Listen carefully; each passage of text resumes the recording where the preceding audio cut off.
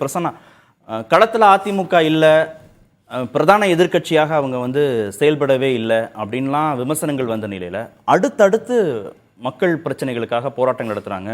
சொத்து வரி உயர்வு, பால் விலை உயர்வு, இப்போது வந்து ஜிஎஸ்டி உயர்வுன்னு அடுத்தடுத்து போராட்டங்களை அறிவிக்கிறாங்க. ஒரு ஆக்டிவான எதிர்க்கட்சியாக அவங்க களத்தில் நிற்கிறாங்களே அதிமுக. ஆக்டிவான எதிர்கட்சியாக களத்தில் நிற்கிறாங்களா அப்படிங்கிறது இது நீங்கள் எப்படி அதை ஏற்றுக்கிறீங்கன்னு தெரியல. இல்லை, இப்போ சமீபத்தில் நிறைய போராட்டங்களை முன்னெடுத்துல. அதைத்தான் நான் சொல்ல வரேன். ஆக்டிவாக எதில் இருக்காங்கன்னா, நாற்காலியை தூக்கி போட்டு அடிச்சுக்கிறதுல ஆக்டிவாக இருக்காங்க. கள ஆய்வுங்கிற பேரில் கலவர ஆய்வில் வந்து ஆக்டிவாக இருக்காங்க. நீ பெருசா நான் பெருசான்னு எடப்பாடி இரும்பு மனிதருடைய பிரதிநிதியாக வருகிற முன்னாள் அமைச்சர்கள் முன்னாடியே தூக்கி போட்டு மிதின்னு மிதிச்சுக்கிறாங்க. அதுதான் இப்போதைய அதிமுகவினுடைய போராட்டம், ஆர்ப்பாட்டம். அதனால பொதுமக்கள் குறித்தான அக்கறையோ கவலையோ எல்லாம் அவங்களுக்கு கிடையாது. ரெண்டாவது ஒரு கேள்வி வந்து பாபு முருகவேல்கிட்ட, ஒரு வழக்கறிஞர், கற்றறிந்த வழக்கறிஞர், பட்டறிவு பகுத்தறிவு எல்லா உடைய வழக்கறிஞர், அவர்கிட்ட ஒரு விஷயம் கேட்குறீங்க. இந்த 18% வரி உயர்வு ஜிஎஸ்டியை மாநில அரசு பண்ணலாமா? ஆமாம் பண்ணலாம். எப்படி பாலுக்கு உயர்த்துறாங்களோ அப்படி பண்ணலாங்கிறாரு. நான் அவர் பத்திரிகையெல்லாம் படிப்பாருன்னு நம்பிக்கிட்டு இருந்தேன். இப்போ தான் தெரியுது அவர் எந்த அடிப்படையில் இதை பேசுகிறாருன்னு எனக்கு தெரியல. ஜிஎஸ்டிங்கிறது முழுக்க மத்திய அரசாங்கத்தால் கையகப்படுத்தப்பட்டு அந்த ஜிஎஸ்டி கவுன்சிலை ஆதரிச்சது பாஜகவை, சட்டம் கொண்டு வரப்ப ஆதரிச்சது அதிமுக. அங்கிருந்து எல்லாவற்றையும் செய்துவிட்டு இன்னைக்கு வந்து மாநில அரசு ஜிஎஸ்டியை உயர்த்துதுன்னு சொல்ற அப்பட்டமான பொய்யை ஒரு பொது நிகழ்வில் ஒரு கற்றறிந்த வழக்கறிஞர் சொல்றாரு. அப்படிங்கிறப்ப எனக்கு வேடிக்கையா இருக்கு. இல்ல, அவங்க நகை செயலாளர் சரியா தான் அவர் பதிவு பண்ணியிருக்காரு. மத்திய அரசுக்கு கடும். அதை நீங்க மேற்குறிப்பிட்டு சொன்னதுனால பொதுச் செயலாளர்னு தெரியுது. இது பொதுவெளி, மக்கள் பார்த்துக்கிட்டு இருக்காங்க. அவர் அதிமுகவின் பிரதிநிதி. அப்ப பேசுறப்ப இந்த மாநில அரசு ஜிஎஸ்டியை உயர்த்துதுன்னு சாதாரண உயர்த்த முடியாது அப்படிங்கிறது சாதாரண படிப்பறிவு இல்லாத ஒருவனுக்கு கூட தெரியும். ஆனால் ஒரு கட்சியினுடைய பிரதிநிதியாக வழக்கறிஞராக வந்து உட்கார்ந்து கொண்டு மாநில அரசு ஜிஎஸ்டியை உயர்த்துதுன்னு பேசுறது எவ்வளவு பெரிய அபத்தம். அந்த அபத்தத்தை நான் எப்படி அனுமதிக்க முடியும்? சரி, ஏன் உயர்த்தினாலும் நீங்க ஏன் எதிர்ப்பு தெரிவிக்கல? நீங்க ஏன் தீர்மானம் நிறைவேற்றுறீங்க? நீங்க குறைந்தபட்சம் நீங்களும் மத்திய அரசுக்கு எதிர்ப்பு தெரிவிக்கலாமேன்னு அவர் கேட்கிறார். இந்த செய்தி தவறுதலாக கூட விட்டு. இந்த ரெண்டு விஷயத்தை நான் ரொம்ப அற்புதமான கேள்வி கேட்டீங்க. ரெண்டு விஷயத்துக்கு நான் வரேன்.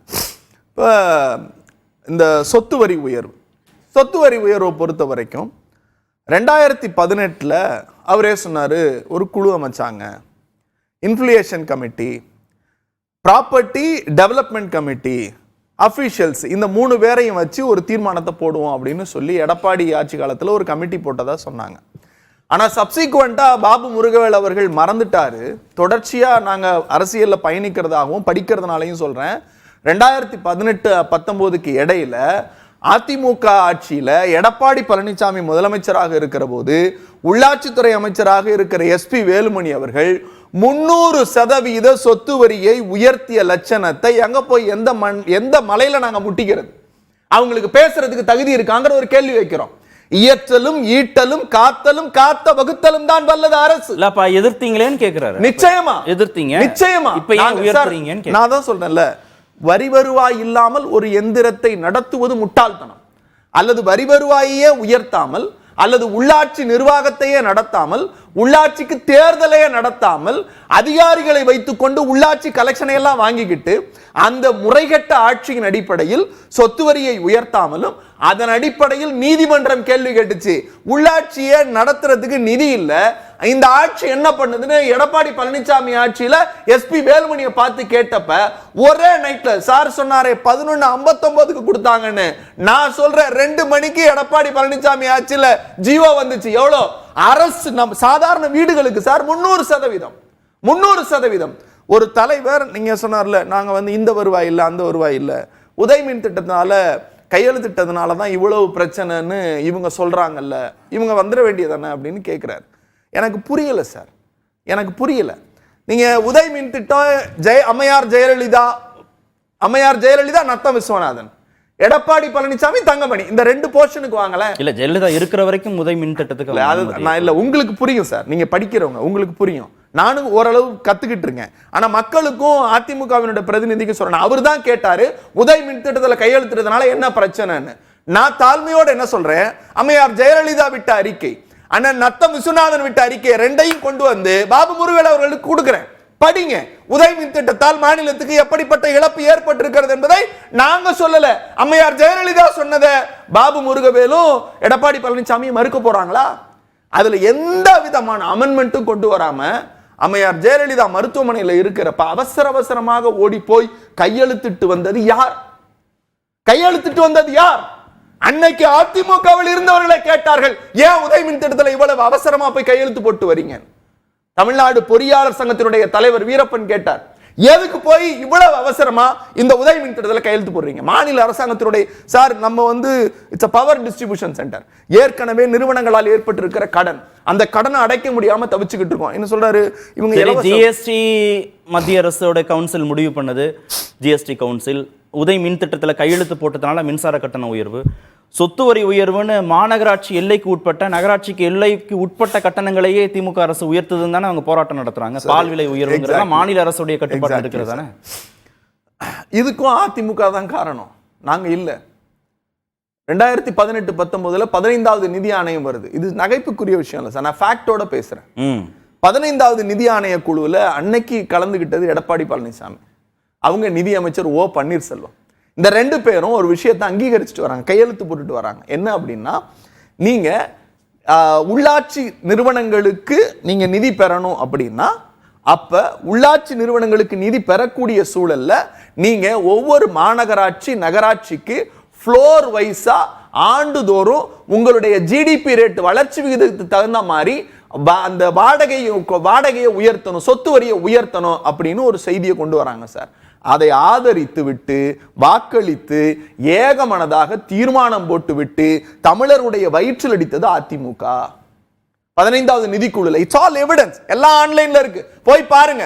15வது பினான்ஸ் கமிஷன்ல அன்றைக்கு இருந்த நிதியமைச்சரும் முதலமைச்சரும் போய் இதை ஆதரிச்சுட்டு வந்தாங்க. நீங்க வரி உயர்வை, நீங்க சொத்து வரியை உயர்த்தல அப்படின்னா, ஃப்ளோர் ரேட்ஸ் உயர்த்தல அப்படின்னா உள்ளாட்சிக்கு கொடுக்க வேண்டிய நிதியை கொடுக்க மாட்டோம். அம்ரூட்னு சொல்லக்கூடிய சுகாதாரத்திற்கான கழிவுகள் வருது இல்லையா 2.3, அதற்கான நிதியை நாங்கள் கொடுக்க மாட்டோம் அப்படின்னு மத்திய அரசாங்கம் சட்டம் போடுது. இப்ப அதைப்படி நாம இப்ப சார் நான் தான் சொன்னேன், வேற வழியே இல்லையா, வேற வழி இல்ல. நீங்க என்ன அப்படின்னா, நீங்க சொத்து வரியை உயர்த்தல அப்படின்னா அவன் நிதி கொடுக்க மாட்டான். இப்ப நாங்க என்ன பண்ணிருக்கோம், என்ன பெர்செப்ஷன் உருவாகும்?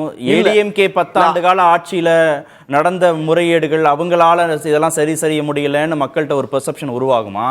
இல்ல இப்ப இருக்கக்கூடிய திமுக அரசு வரியெல்லாம் உயர்த்துறாங்க அப்படின்னு அதிமுகவுடைய போராட்டம் ஒரு பெர்செப்ஷனை உருவாக்குமா? அதிமுகவினுடைய, நான் தான் சொல்றேன், அதிமுகவினுடைய போராட்டம் ஒரு பிசுபிசுத்த போராட்டம். அது இந்த விவாதத்துக்கு எந்த நெருக்கடியும் இல்லை, எங்களுக்கு நெருக்கடி இல்லை சார், மக்கள் புரிந்து கொள்கிறாங்க. நான் தான் சொல்றேன்ல, 300% ஒரே நைட்ல ஏத்துனவங்க எங்க 150%, 150 600 ஸ்கொயர் ஃபீட்டுக்கு கீழே இருக்கவங்களுக்கு வரியே இல்லை. 600 ஸ்கொயர் ஃபீட்டுக்கு கீழே இருக்கிறவங்களுக்கு வரி இல்லை. சென்னையில் 600 ஸ்கொயர் ஃபீட் இருக்கிறவங்களுக்கு 4000 ரூபாய் சார் வருஷ வரி. கோயம்புத்தூர்ல இருக்கிறவங்களுக்கு 255 ரூபாய் சார். இதுதான் டிஃபரன்ஸ். இதே பீகாரோ உத்தரப்பிரதேசத்தோ குஜராத்துக்கோ கம்பேர் பண்ணீங்கன்னா நாம 1% தான் இருக்கும். அங்க 40,000 வாங்குறாங்க, இங்க 4,000 வாங்குறோம். ஆக இதை ஏற்றுக்கொள்ள வேண்டிய இடத்தில், அதை சரி செய்திருக்க வேண்டிய இடத்தில் இருந்தது அதிமுக. கோட்டை விட்டது. மக்களுடைய சுமையை தாங்கிக் கொண்டு, கொரோனா கருத்தையும் கொண்டு, பொருளாதாரத்தினுடைய வளத்தையும் கருத்தில் கொண்டு, சார் நாங்க இன்னைக்கு வந்து தனிநபர் வருமானத்துல இந்தியாவிலே முதலிடத்துல கொண்டு வந்திருக்கோம் சார். அவர் கேட்டார்ல நீங்க என்ன செஞ்சிருக்கீங்கன்னு. தனிநபர் வருமானம், இந்தியாவினுடைய தனிநபர் வருமானத்தை விட நாங்கள் 3% உயர்வா கொண்டு வந்திருக்கோம். தனிநபர் வருமானம் இந்தியாவில் 7.2, தமிழ்நாட்டில் 9.4. இந்த உயர்வு இருக்கு இல்லையா, இந்த உயர்வு சார், நான் ஒண்ணு இல்ல, ஒரு அரசாங்கம் செயல்படணும். நீங்க ஒரு பத்திரிகையாளர், நியாயமானவர், நேர்மையானவர், எனக்காக பேச வேண்டாம். நீங்க மக்கள் பதில் சொல்லுங்க.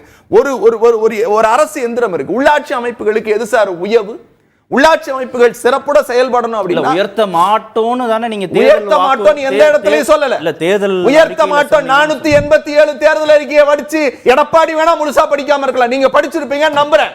இன்னும் 487 தேர்தல் அறிக்கையை எடுத்து படிக்க சொல்லுங்க. நான் ஆணித்தரமா சொல்றேன், தயாரிப்போட வந்திருக்கேன். எந்த இடத்திலையும் சொத்து வரியை உயர்த்த மாட்டோம் என்று சொல்லவில்லை. கொரோனாவினுடைய பொருளாதார சீரழிவு சரிவருகிற வரை சொத்து வரியை உயர்த்த மாட்டோம் என்று சொன்னோம். அதனால் வரையில் நாங்கள் உயர்த்தவில்லை, இப்போதான் உயர்த்தி இருக்கோம். அதுவும் வெறும் 150%. அதிமுக காலத்துல 300, நாங்க 180, பாதிக்கு பாதி தான். ஓகே.